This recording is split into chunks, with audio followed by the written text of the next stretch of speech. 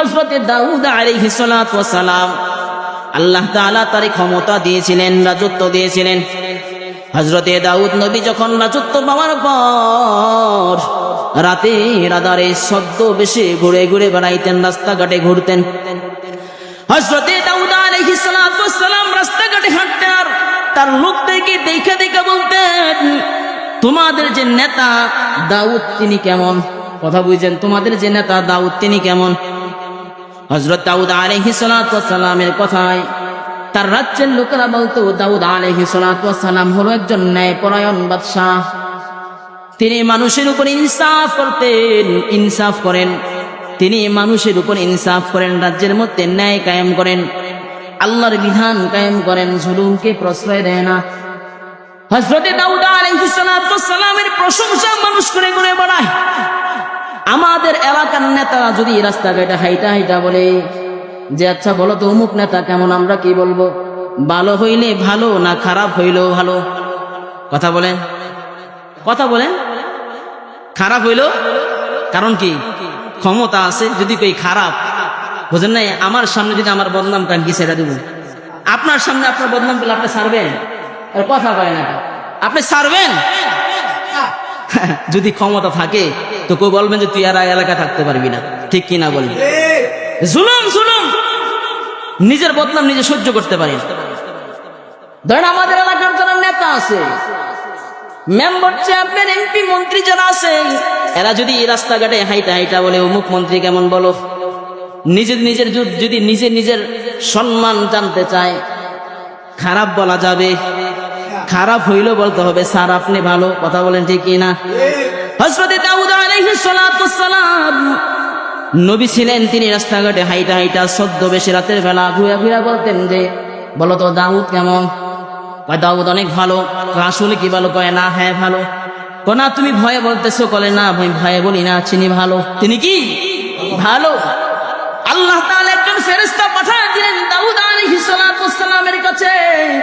মানুষ রূপে দাউদ নবীর দরজার সামনে দাঁড়ানো। দাউদ আলাইহিস সালাতু ওয়াস সালাম রাতের বেলা যখন ঘর থেকে বের হইলেন, ঘর থেকে বের হয়ে ফেরেশতার সাথে দেখা হয়ে গেল। মানুষ বেশে ফেরেশতা মানুষকে জিজ্ঞেস করলেন, আচ্ছা বলো তো দাউদ তোমার কাছে কেমন? দাউদ আমার কাছে অনেক ভালো। তিনি রাজ্যের মধ্যে ইনসাফ কায়েম করে, মানুষের উপর জুলুম করে না, সবাই শান্তিতে থাকতে পারে তার আমলে। তবে দাউদ আলাইহিস সালাতু ওয়াস সালামের একটা দোষ আছে। কি দোষ? বলে দাউদ আলাইহিস সালাতু ওয়াস সালামের একটা দোষ হলো তিনি তার নিজের এবং পরিবারের যেই নিজের এবং পরিবারের যে ভরণ পোষণ আছে এগুলো বাইতুল মাল থেকে গ্রহণ করে। বাইতুল মাল বলা হয় সরকারি কোষাধ্যক্ষ। সরকারি কোষাধ্যক্ষ থেকে যেই সম্পদটা জমা হয় এটা হলো গরিব, মিসকিন, অসহায় অথবা সরকারি লোকদের জন্য বন্টন করা হয়। আর ফেরেশতা বলল দাউদ আলাইহিস সালাতু ওয়াস সালামের সব কাজ ভালো লাগে, তবে একটা কাজই খারাপ লাগে। তিনি বাইতুল মাল থেকে নিজের ভরণ পোষণ এবং স্ত্রী ছেলে সন্তানের ভরণ পোষণ গ্রহণ করে। যদি এই কাজটা থেকে সে দূরে থাকতে পারে তাহলে সে সবচেয়ে উত্তম মানুষ হয়ে যাবে। বলেন সুবহানাল্লাহ। দাউদ আলাইহিস সালাতু ওয়াস সালাম সাথে সাথে রাতের বেলা আল্লাহর নিকট কান্না করতেছেন আর বলতেছেন, আল্লাহ আমাকে এমন একটা সহজ কাজ বের করে দেন যে কাজের মাধ্যমে, শ্রমের মাধ্যমে আমি অর্থ উপার্জন করব। আমি আর বাইতুল মাল থেকে, সরকারি কোষাধ্যক্ষ থেকে আমি আর রিজিক নিব না, ভরণ পোষণের টাকা নিব না। বলেন সুবহানাল্লাহ। আল্লাহ তাআলা হযরত দাউদ আলাইহিস সালাতু ওয়াস সালামকে আল্লাহ তাআলা এমন পাওয়ার, এমন যোগ্যতা দিয়া দিলেন যে দাউদ আলাইহিস সালাতু ওয়াস সালাম লোহা জাতীয় যে বস্তুর মধ্যে ধরতেন ওই বস্তুটা সাথে সাথে মোমের মতো নরম হয়ে যাইত। বলেন সুবহানাল্লাহ। দাউদ আলাইহিস সালাতু ওয়াস সালাম এই মুজিজা ব্যবহার করে করে লোহার বিভিন্ন বস্তু বানায়া বানায়া বাজারে বিক্রি করতেন। ওই বিক্রি টাকা থেকে অর্থ উপার্জন করতেন।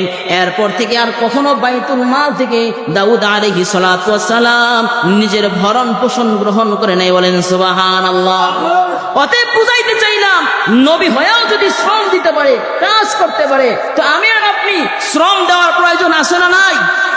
অবশ্যই কাজ করে খাবো, শ্রম দিয়ে খাবো, অন্যের হক নষ্ট করে খাবো না, ইনশাআল্লাহ কখনোই খাবো না। এবং শ্রমিকের ন্যায্য হিস্সা আমরা অবশ্যই পরিত্যাগ করবো। আল্লাহ তাআলা আমাদেরকে সেই তৌফিক দান করুন। আল্লাহর বিধিবিধান মেনে জীবন যাপন করুন।